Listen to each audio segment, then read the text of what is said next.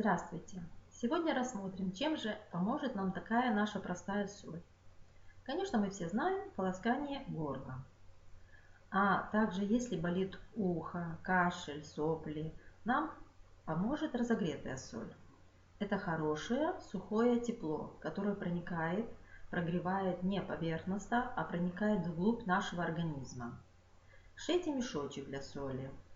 Раскалите соль хорошо на сковородке или где вам удобно. Насыпьте в мешочек и пока соль совсем горячая, оберните еще и полотенечком.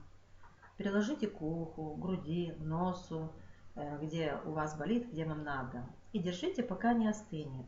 Лучше всего, конечно, применять вечером перед сном, чтобы разогреть хорошо и сохранить это тепло в организме.